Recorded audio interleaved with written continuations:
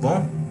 Então veja bem, a nossa pulseira ela traz o poder do ouro e da prata. Não tem a pedraria, porque tia Neiva não trouxe para esse item essa composição. Agora, o anel de pedra branca, que é o anel que nós ganhamos, vamos dizer assim, dos planos espirituais, a autorização, e conhecendo a ciência desse amanhecer, nós passamos a ter a responsabilidade de buscar esta aquisição, certo? Para que nós possamos usá-lo, né, em um dos dedos. Eu ainda estou por fazer um estudo mais profundo quanto a encontrar o dedo ideal para este anel de pedra branca e este anel de pedra preta, certo? Porque nós temos sim 5 dedos nas mãos, né? Quem tem a genética completa, né? Tem 5 dedos nas mãos. Cada dedo tem um nome e cada dedo tem a sua função energética, vamos dizer assim, certo? Mas os anéis, no caso de pedra branca e o de pedra preta, eles estão funcionalmente e cientificamente muito mais relacionados com um item que muitas das vezes passa desapercebido nas instruções para com os desenvolventes, com os aspirantes à iniciação, elevação, centúria e etc e tal, tá? Que é o seguinte: nós aqui temos uma linha mediana, e isso independe do gênero masculino ou feminino, certo? Nós temos uma linha mediana que corta o nosso corpo, certo? E abrange inclusive os 7 chakras principais aqui, tá? Então, dessa linha mediana, tá? Que algumas doutrinas chamam Kundalini, tá bom? Dessa linha mediana para a sua direita, certo? Você tem o seu lado branco. Dessa linha mediana para o seu lado esquerdo, você tem o seu lado negro, tá?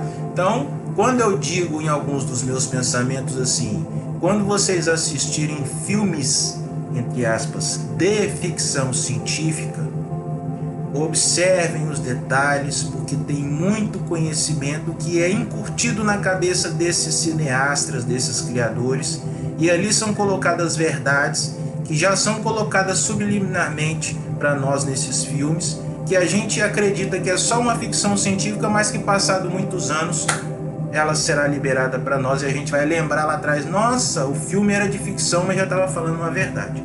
Então, eu não sei aqui quem não é da minha idade que vai lembrar de uma série de filmes chamado Guerra nas Estrelas. Eu, inclusive, sou fã, né, dessa composição, e lá existem os seus protagonistas do lado bom e do lado negro, do lado ruim, do lado maldoso, né? E aí lá existe um personagem que chama Darth Vader, né? Então ele se veste todo de preto, entendeu? E ele sempre está falando do lado negro da força, entendeu? Do lado negro da força, certo? De que todos têm um lado negro da força, certo? E que quem quer usar e abusar dessa força negra é só se deixar levar pelo seu lado negro da força, né? Já os outros, que são os Jedis, né? Que aí o grande protagonista é um jovem chamado Luke Skywalker, né?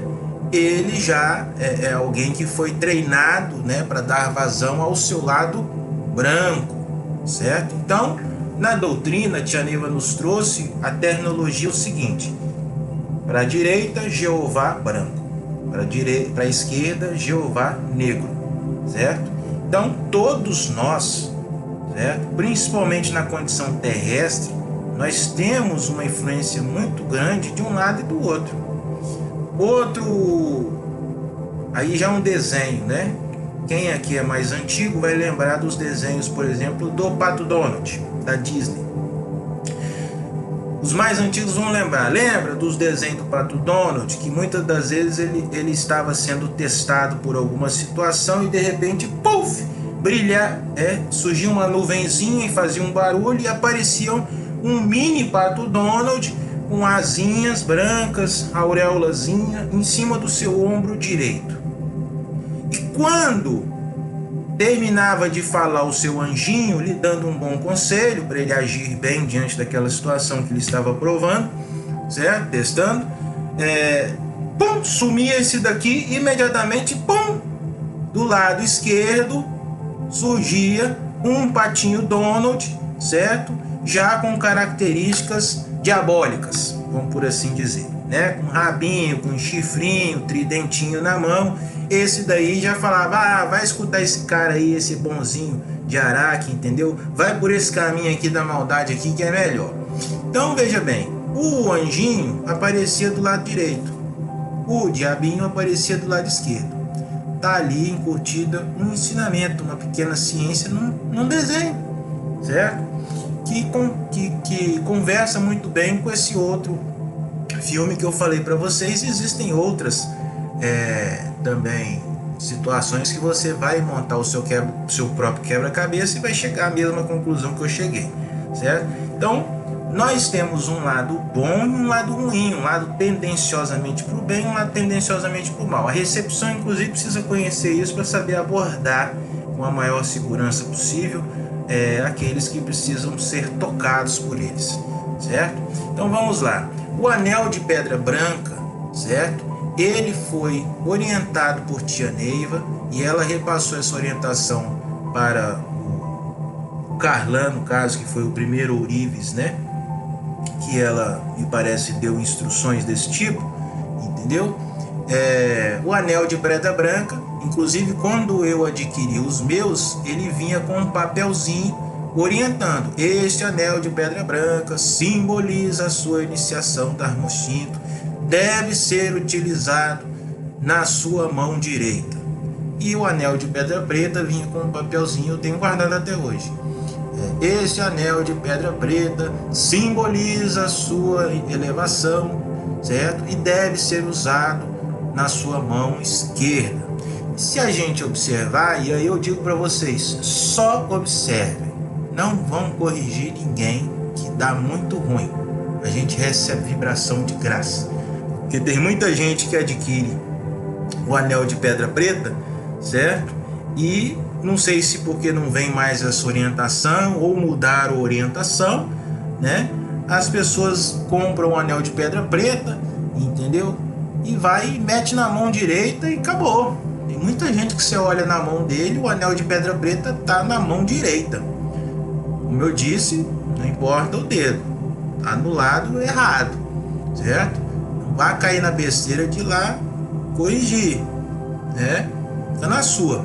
Preocupe-se com o seu, certo? Então, gente, anel de pedra branca, mão direita, certo? Lado branco. Anel de pedra preta, mão esquerda, lado negro, tá? E cuidado com o seu lado negro. Ele sempre vai estar prontinho para te testar, assim como o lado negro do Pato Donald, lembra? Então, assim, são joias doutrinárias desde que carreguem as características. Normalmente, tá? Por essência doutrinária, o anel de pedra branca, ele é composto por ouro virgem, prata virgem, simbolismos característicos da nossa doutrina, né? Normalmente vem um símbolo do doutrinador de um lado e o do aparado do outro, justamente para torná-lo